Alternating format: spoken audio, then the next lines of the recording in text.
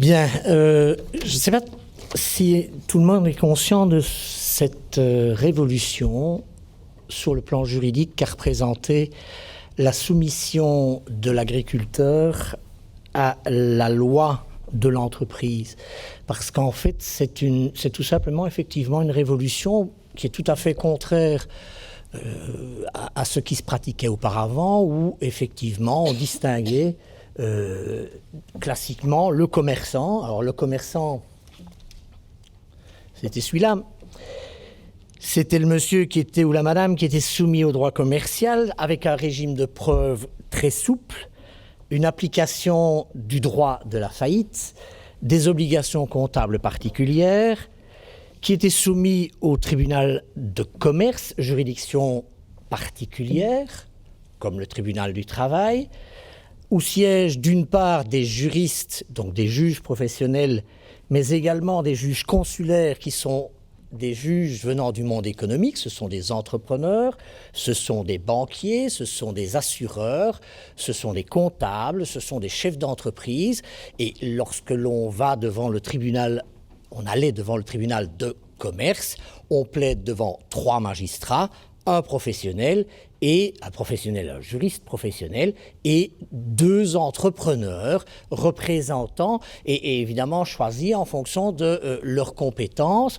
Ces juges dits consulaires, exerçant par ailleurs un certain nombre de missions complémentaires que l'on reverra notamment dans le cadre de la faillite. À côté de cela, on avait le non-commerçant comme l'avocat, comme l'enseignant, comme toutes les professions médicales, comme les fonctionnaires, je ne parle pas d'Astérix évidemment, ou comme le fermier.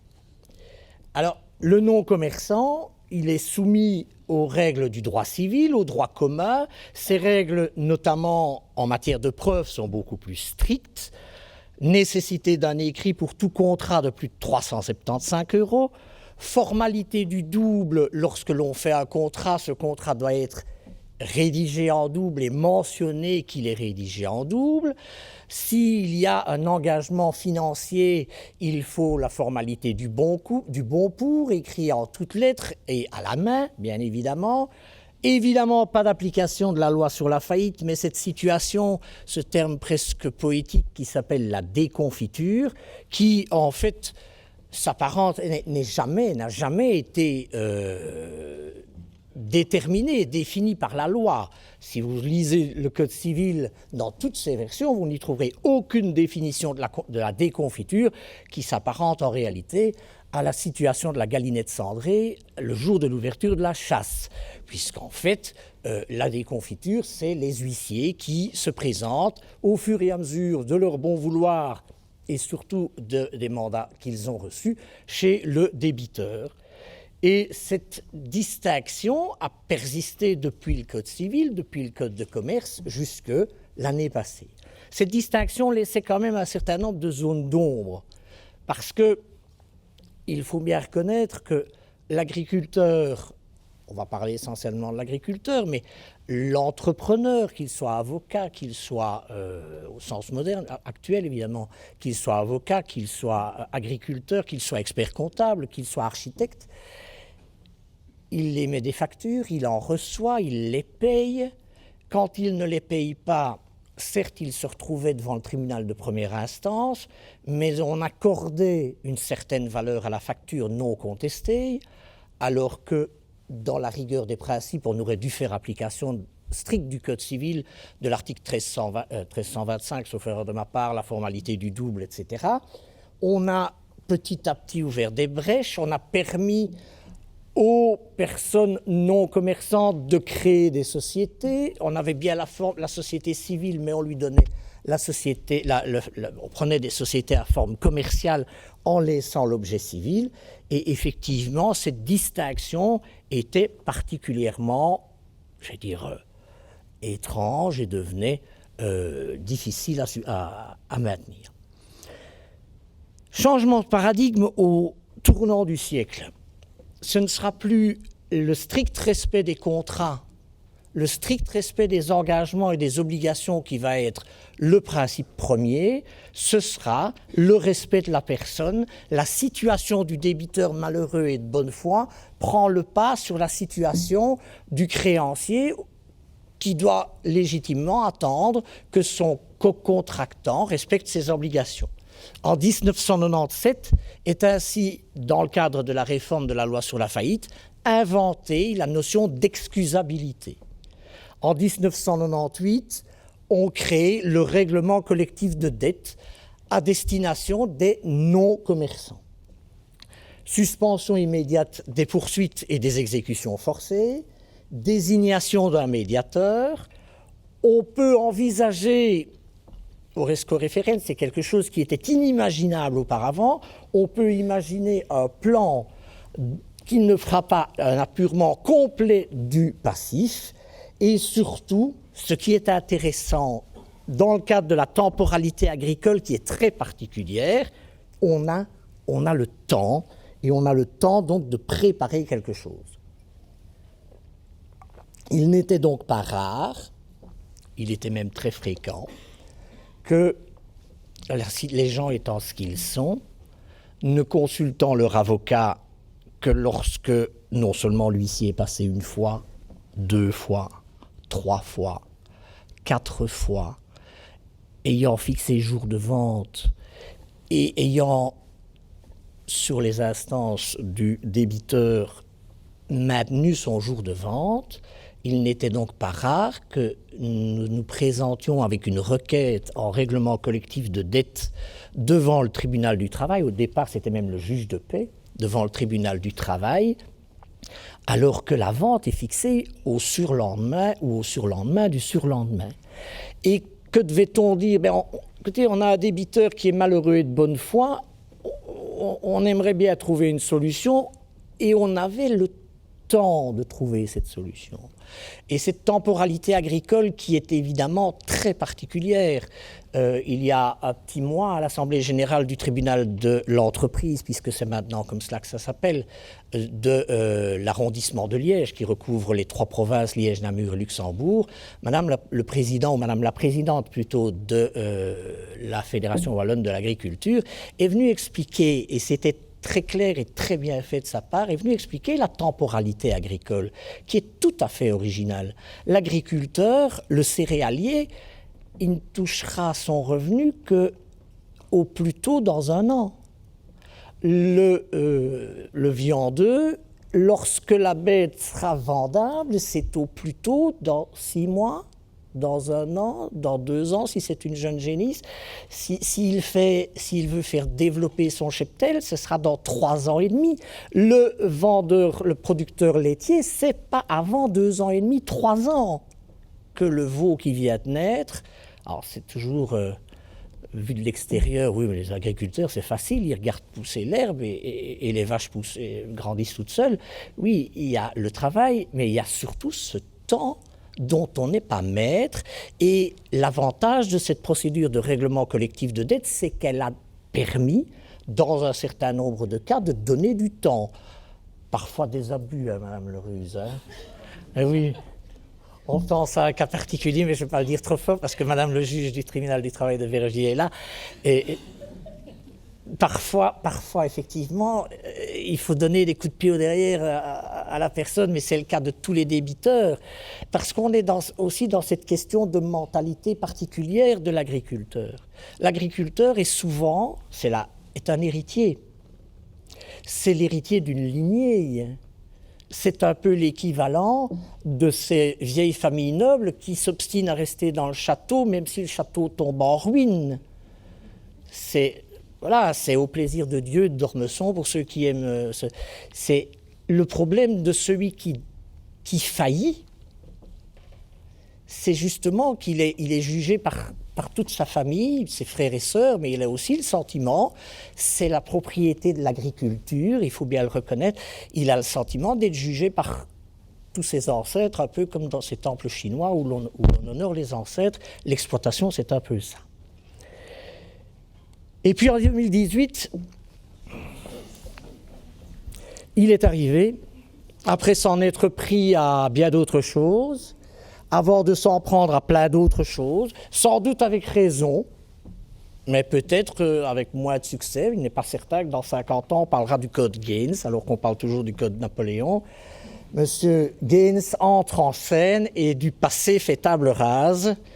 On ne distingue donc plus entre commerçants et non-commerçants. On parle désormais d'entreprises. Et les non-commerçants qui sont des entreprises, les professions libérales, les agriculteurs, les personnes morales de toutes espèces, en ce compris les ASBL, sont des entreprises. Depuis novembre 2018, le tribunal de commerce est devenu le tribunal de l'entreprise. C'est une modification non qui a posé quelques petits problèmes parce qu'on s'est rendu compte trop tard qu'on avait oublié de commander les nouveaux cachets, mais c'est les cachets à mettre sur les jugements, mais c'est des choses qui arrivent. Et toutes ces entreprises sont soumises au livre 20 du Code de droit économique qui concerne les procédures d'insolvabilité. L'agriculteur est donc désormais justiciable du tribunal de l'entreprise, sauf pour le bail à ferme, ça reste de la compétence du juge de paix.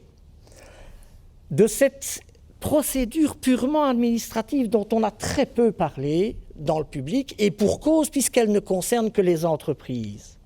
Il faut savoir que depuis un peu plus de 2 ans, peut-être même 3, il n'est plus nécessaire pour un créancier, fournisseur, meunier, compagnie d'assurance, non, mais entreprise agricole, de passer devant un tribunal pour obtenir condamnation de son débiteur. Il suffit qu'il adresse son dossier à un avocat qui le transmettra à un huissier de justice. C'est la seule chose que avocat.be a pu obtenir, c'est que il y avait ce passage d'abord par le cabinet de l'avocat, non ? Qui va s'adresser à un huissier de justice. L'huissier de justice va adresser une sommation, donc lettre recommandée.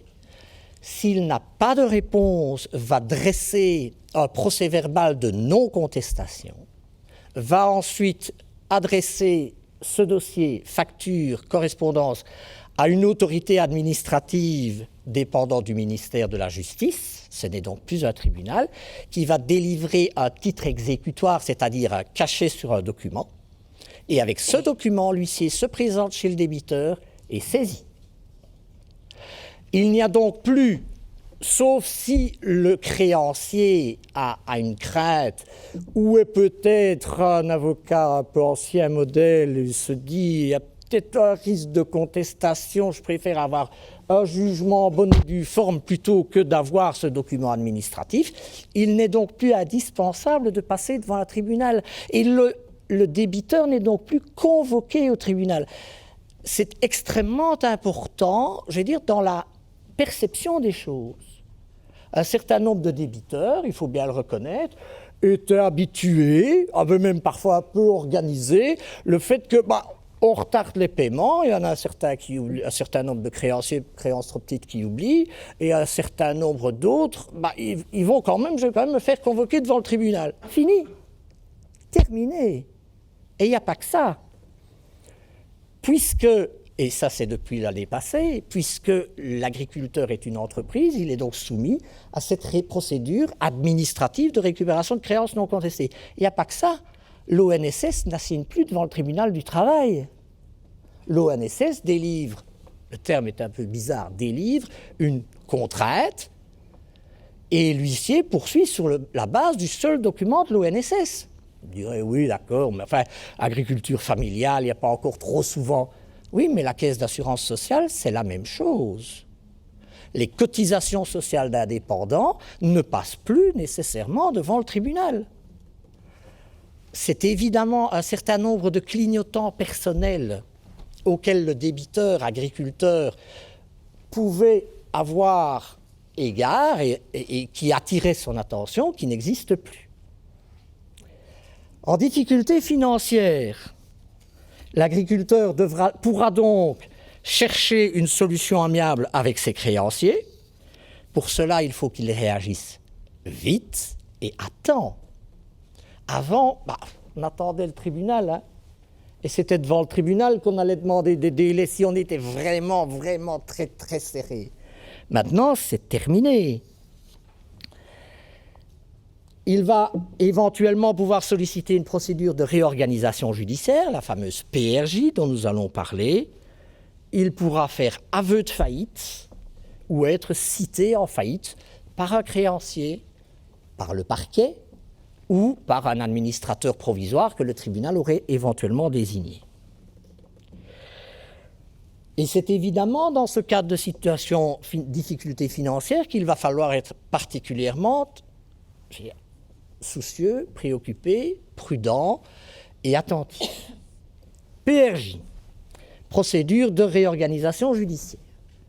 Première chose, comme la procédure de règlement collectif de dette, elle suspend les poursuites des huissiers et des créanciers. Bonne chose. Elle a pour but, je dirais un peu comme le règlement collectif de dette, de permettre à l'entreprise de trouver une solution à ses problèmes en lui donnant du temps. J'ai mis un peu, très peu, je vais y revenir.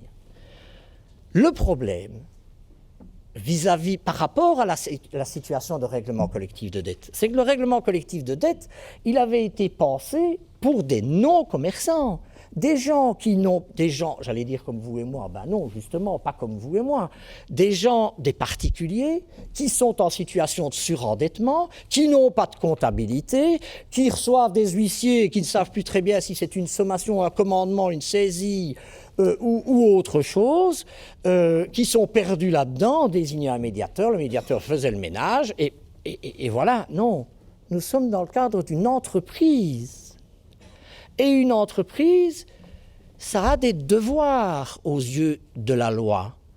Et ces devoirs, on a oublié de les préciser aux agriculteurs, puisqu'il faut une requête accompagnée des comptes annuels des 2 dernières années, encore faut-il qu'il y ait des comptes annuels des 2 dernières années, une situation comptable établie par un professionnel du chiffre, réviseur, expert comptable, indépendant, un projet de budget pour la durée de la procédure. Le tribunal va désigner alors, au moment du dépôt de la requête, un juge délégué, c'est un des juges consulaires dont j'ai parlé tout à l'heure, qui va accompagner l'entreprise pendant le sursis. Mais le souci, c'est le temps. Parce que, c'est de revenir en arrière, préparer la requête accompagnée des comptes annuels de 2 années, la situation comptable à la date du dépôt de la requête et le projet de budget, ça ne se fait pas en 24 heures. C'est pas quand l'huissier est devant la porte, quand la vente est fixée pour après-demain, qu'on sait encore y aller. Parce qu'en plus, la procédure de réorganisation judiciaire est extrêmement limitée dans le temps, au contraire du règlement collectif de dette. Règlement collectif de dette, on déposait, et puis on avait le temps de trouver une solution. Ici, le tribunal constatant que le dossier est complet, donc que les bilans sont déposés, sont communiqués, etc., les 3 pièces dont question dans mon slide précédent, accordera un sursis de 3 mois au minimum, 6 mois au maximum, qui n'est renouvelable qu'une seule fois. Donc la procédure, elle durera 1 an. Si au bout de l'année, on n'est pas parvenu au terme de la procédure, je vais y venir avec les mesures que l'on peut solliciter, la procédure s'arrête et il n'est pas question d'en introduire une nouvelle, en tout cas pas dans l'état actuel de la jurisprudence, mais c'est vrai que l'état actuel de la jurisprudence, il est très récent. La loi est entrée en vigueur le 2 mai de l'année passée. Renouvelable donc une seule fois, ce qui veut dire que tout devra être prêt et préparé avant l'introduction de la procédure. Et je dirais non seulement les documents dont j'ai fait état auparavant, mais les pistes de solutions, elles doivent être choisies auparavant. J'ai été désigné, puisque je suis à la liste des curateurs, en tant que mandataire de justice dans une des 3 solutions que l'on va viser. Au moment où la requête a été déposée par la société, on n'est pas en matière agricole, il s'agit d'une société qui exploite des logements de vacances dans les Ardennes, la société sait qu'on va devoir vendre les appartements. Elle sait qu'on va essayer de trouver une solution avec tel et tel créancier. Mais pour ça, il faut l'avoir préparé à l'avance et tout ça ne se fait évidemment pas en 24 heures. Première piste de solution qui va être présentée au tribunal et éventuellement acceptée par celui-ci. Un accord amiable avec au moins 2 créanciers, parce que si c'est pour trouver un accord amiable avec un créancier, il n'y a pas besoin d'introduire une procédure, si vous n'avez qu'un créancier. Maintenant, accord amiable avec 2 créanciers, ça ne veut pas dire accord amiable avec tous les créanciers. Mais on peut essayer de couvrir cet élément. L'exécution sera suivie par le juge délégué. Cet accord amiable peut prévoir que la totalité de la dette ne sera pas payée. On est toujours dans cette philosophie qui a, je dirais, été ouverte à la fin du siècle dernier. Et cet accord amiable profitera aux sûretés personnelles gratuites. Alors, qu'est-ce qu'une sûreté personnelle? C'est classiquement papy, tante Adèle et le cousin Alphonse qui se sont portés caution pour faire plaisir au gamin qui reprend l'exploitation familiale. Si, par contre, c'est une société qui s'est portée caution, on va dire « Ah non, ça ne va pas ». Si l'entreprise agricole est en société et que la caution, parce que la banque n'est quand même pas, il y a des banquiers dans la salle, ils mentiraient s'ils diraient le contraire, la banque n'est pas idiote. Et la banque, si elle prête de l'argent à la société, elle prend évidemment des garanties, et cette garantie, la première qu'elle va demander, c'est évidemment la caution solidaire du gérant. La caution solidaire du gérant ne bénéficie pas, parce que c'est une caution qui est professionnelle, ne bénéficie donc pas de cet accord amiable, et ne bénéficiera d'ailleurs pas non plus en principe de l'effacement, en cas de faillite ou en cas de PRJ, j'y reviendrai. Deuxième piste de réflexion, on va présenter un accord collectif, on va demander l'accord des créanciers, on va leur soumettre un plan qui va, donc en fait on va passer 6 mois ou 1 an à préparer ce plan et au terme on va soumettre ce plan et on va dire voilà écoutez, on va payer tous les petits créanciers. Pourquoi tous les petits créanciers? Mais classiquement, dans les procédures de réorganisation judiciaire, on paye tous les petits créanciers. Et puis, les créanciers de autant à autant, on va leur payer 50%, de autant à autant, on va payer 25%, etc. Et puis, on soumet ça au vote des créanciers. Ce vote se fait à l'audience du tribunal de l'entreprise. Et il faut une double majorité. La majorité doit être double en valeur de créance, d'une part, et d'autre part en nombre de créances. Ce qui explique pourquoi, dans la plupart des plans, généralement, on satisfait tous les petits créanciers, parce qu'ils sont les plus nombreux. Et donc là, on est certain d'avoir une première majorité. C'est réel illégal, c'est un truc, c'est habituel, c'est la pratique courante depuis qu'on a inventé cette procédure par accord collectif. Si elle débouche sur un accord avec cette double majorité, sera homologuée par le tribunal. Le tribunal sort alors, et le juge délégué sort de la procédure, et c'est à l'entrepreneur, à l'exécuter. Cet accord profitera aux sûretés personnelles dans certaines conditions. S'ils ont fait une déclaration au moment de la requête, il y a un certain nombre de conditions que je ne vais pas détailler ici. Troisième piste de solution, transfert d'entreprise sous autorité judiciaire. Je dirais que c'est peut-être là la piste qui pourrait être la plus privilégiée et la plus idoine en matière agricole. C'est sous le contrôle et avec l'aide d'un mandataire de justice qui est généralement choisi sur la liste des curateurs, une organisation disant voilà, on va vendre une partie de l'exploitation. On va valoriser ce qui marche et on va abandonner les canards boiteux, c'est-à-dire l'amarre aux canards, l'élevage de lamas, 2-3 choses qui ne fonctionnent pas. On va garder les bâtiments et on va les vendre. Alors on va les vendre à qui? Soit on va les vendre, on va chercher un amateur, soit on a déjà l'amateur, et cet amateur peut éventuellement même être le commerçant, l'entrepreneur lui-même, parce qu'il est en personne physique. Ça peut être une société que l'entrepreneur va constituer, ça peut être le fils de l'entrepreneur, ça peut être le frère, ça peut être le cousin, la tante, la mère, peu importe.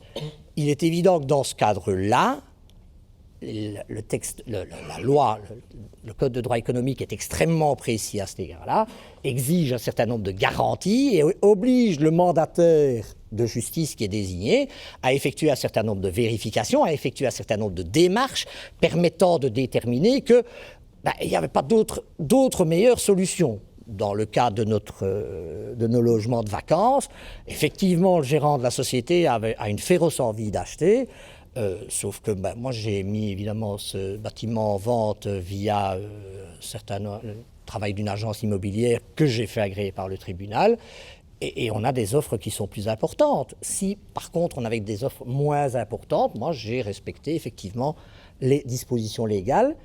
Ce transfert d'entreprise va laisser forcément une partie des créances impayées. Dans le langage courant, ça s'appelle une boîte. Et la boîte, elle ne sera évidemment jamais payée. Et pour cette partie du passif impayé, l'entrepreneur, pour autant qu'il soit en personne physique, va pouvoir bénéficier de l'effacement de cette partie à payer. Sauf deux exceptions, je n'en cite qu'une sur le slide, c'est les dettes alimentaires. Il faudra quand même payer la pension alimentaire de Bobonne.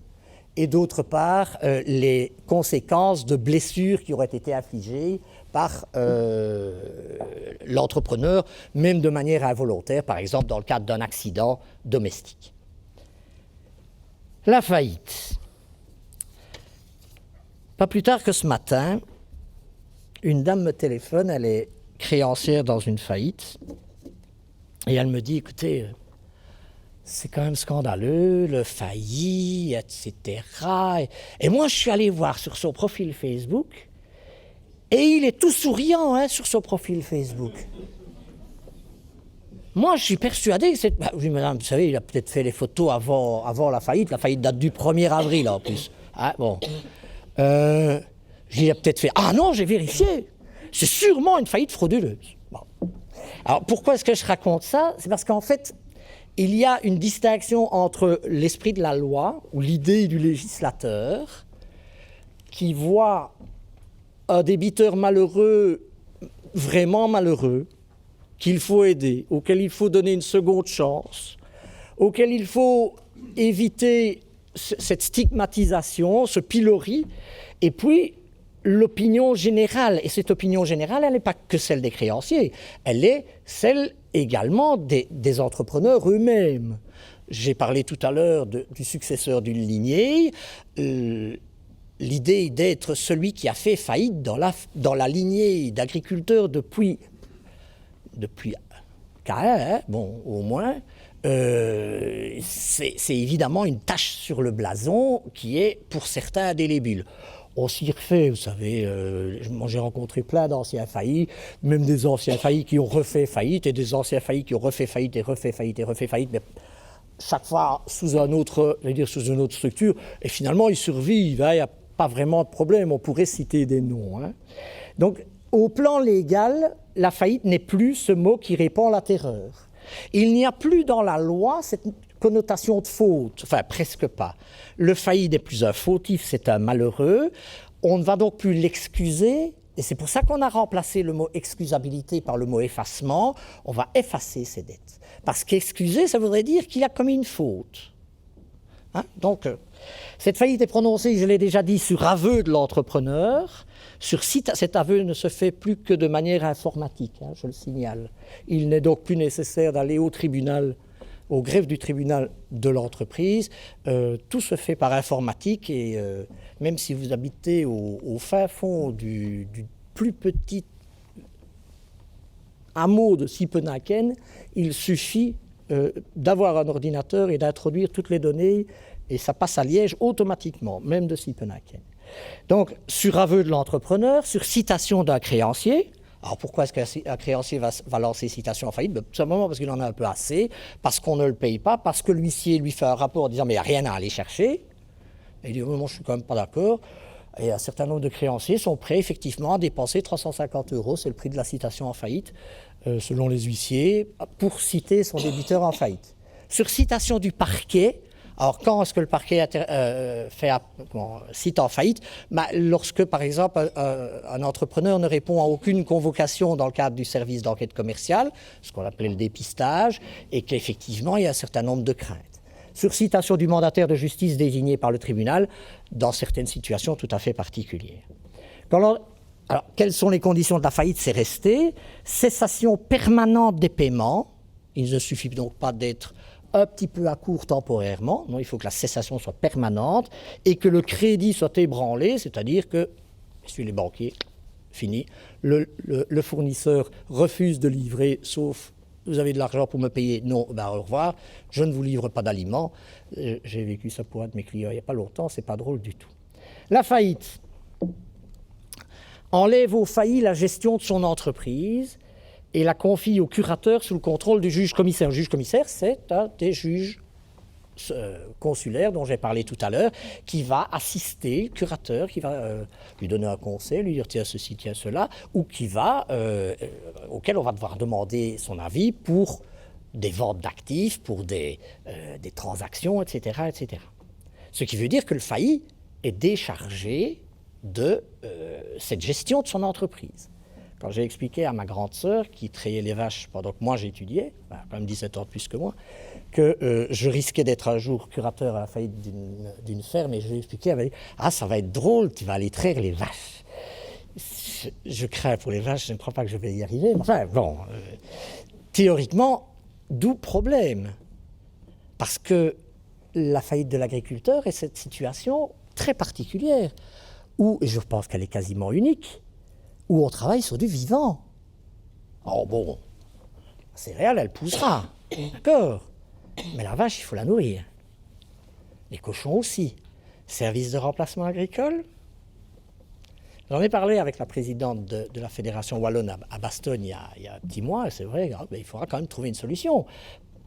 On ne va quand même pas tout bazarder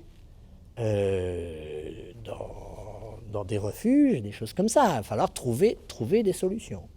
Pour certaines entreprises, par les agriculteurs, désignation d'un co-curateur pour préserver le secret professionnel du failli, car il faut savoir, je l'ai dit tout à l'heure, que les avocats, les médecins, les pharmaciens, les experts comptables, les kinésithérapeutes sont soumis, détenteurs d'un secret professionnel.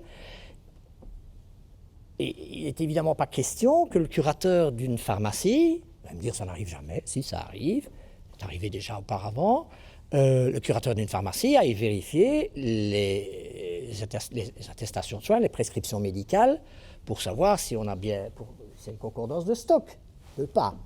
Il n'est évidemment pas question le curateur à la faillite d'un bureau d'avocat aille voir dans les dossiers, parce que le curateur, il est avocat, mais il est surtout titulaire d'un mandat de justice et il est tenu de dénoncer au parquet les irrégularités qu'il voit.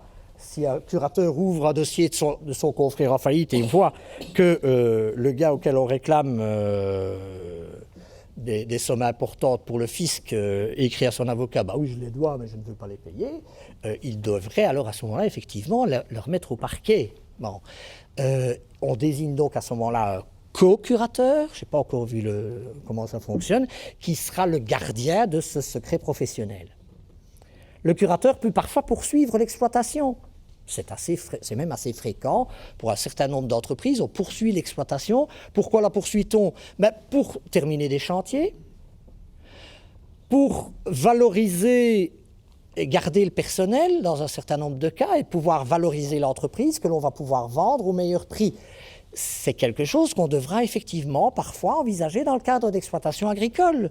L'exploitant agricole, on aura des problèmes de baux à faire, mais s'il est propriétaire d'un certain volume d'hectares ou si il est propriétaire d'un bâtiment avec du cheptel, cette exploitation pourrait peut-être intéresser à un prix intéressant le voisin, l'ami, le cousin, etc. Mais si on s'empresse de vendre, si on arrête tout et on vend tout, il est évident qu'il n'y a plus que le bâtiment qui vaut éventuellement quelque chose et c'est le banquier qui le prendra. Le curateur liquide les actifs et paye ce qu'il peut du passif. Tous les actifs du failli au jour de la faillite seront donc vendus. C'est une des grandes nouveautés de la loi, je veux dire, du Code de droit économique, c'est qu'auparavant, le failli restait failli jusqu'à la clôture de la faillite, et s'il venait à hériter de Tantadel alors c'est lorsque nous avons parlé de cela à l'occasion d'une réunion à la fois, j'étais accompagné de monsieur le vice-président du tribunal de l'entreprise de Namur, qui nous expliquait qu'un failli avait gagné à l'euro-million, pas à l'euro-million, avait gagné au Win for Life. Et il avait surtout eu la stupidité de le dire à son curateur. Parce que le curateur n'avait aucun moyen de le savoir. Le curateur a dit, par ici. Et c'est une faillite qui dure maintenant depuis quelques années. Et tous les mois, blink, 2000 € qui vont évidemment pour les créanciers. Ça, c'est terminé. Depuis le 2 mai de l'année passée, les actifs qui sont pris en considération dans le cadre de la faillite, c'est les actifs au jour de la faillite. Tantadel décède demain, vous avez été déclaré en faillite hier, pas de chance. L'héritage, vous avez de la chance. L'héritage, vous le gardez. Tantadel a eu le malheur de décéder 3 jours trop tôt. Par exemple, ça c'est vraiment choquant, mais comme il faut 3 ou 4 jours pour que le jugement de faillite soit prononcé, elle décède. Bon, vous allez annoncer à Tantadel, ben, j'ai fait aveu de faillite. Oh, elle meurt. Eh bien, c'est pour le curateur, c'est pour les créanciers. C'est pas de chance, c'est donc le genre de choses à ne pas annoncer régulièrement. Ça a fait dire à mes confrères, lorsque vous êtes consulté par une personne qui a des difficultés financières, une question à poser, c'est peut-être comment vont vos parents ?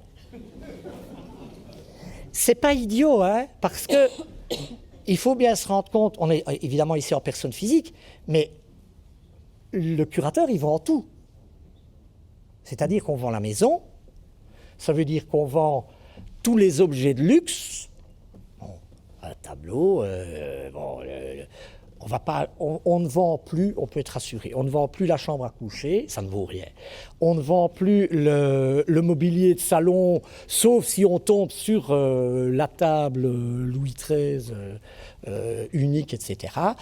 Donc ce genre de choses, bon, on laisse les gens dans... Mais on vend tout le reste.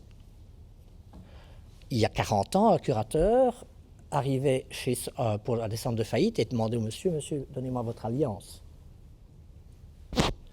Vous voyez d'où on vient et où on est. Je pense que c'est mieux maintenant. Hein. Le failli peut, si les circonstances le permettent, obliquer vers une PRJ. Mais il faut vraiment que les circonstances le permettent. Mais s'il a fait aveu de faillite, il pourra difficilement obliquer vers la PRJ. L'avantage de la faillite, c'est l'effacement. Cet effacement n'existe, attention, que pour les personnes physiques. Une société ne bénéficiera jamais de l'effacement. Ça s'appelait excusabilité auparavant. Auparavant, excusabilité, elle est réservée à l'entrepreneur, à personne physique, je l'ai dit, elle doit être demandée, ça c'est important, mais ça c'est pour évidemment le confrère qui va être consulté ou le bureau comptable qui va être consulté par l'entrepreneur qui fait aveu de faillite, elle doit être demandée au moment de l'aveu de la faillite, et si la faillite est prononcée sur citation d'un créancier, immédiatement après celle-ci, elle est prononcée au plus tôt 6 mois après la faillite et au plus tard à la clôture de la faillite, j'ai presque fini, elle est très rarement refusée, elle sera refusée si, je cite, des fautes graves et caractérisées ont été commises qui ont contribué à la faillite. Comme disait le président du tribunal, de la section de la division de Verviers du tribunal de l'entreprise, en fait, même s'il a tué son père et sa mère, il peut être excusé, puisque ça, à moins que le fait d'avoir tué son père et sa mère ait contribué à la faillite. Bon. Ça fait un peu justice militaire, mais enfin... Tout ce qui n'est pas payé par la vente des actifs est effacé, sauf évidemment les dettes alimentaires et les indemnités pour blessures. Et la sûreté personnelle gratuite, j'en ai parlé tout à l'heure, qui en fait la demande, attention qu'ici elle doit absolument faire la demande, dans des délais, se trouve, et ce qui se trouve dans les conditions légales, peut bénéficier d'une mesure similaire. Je vous remercie de votre attention. J'espère vous avoir fait un petit peu sourire sur cette problématique particulièrement triste. Mais en fin de journée, à vendredi, pleurer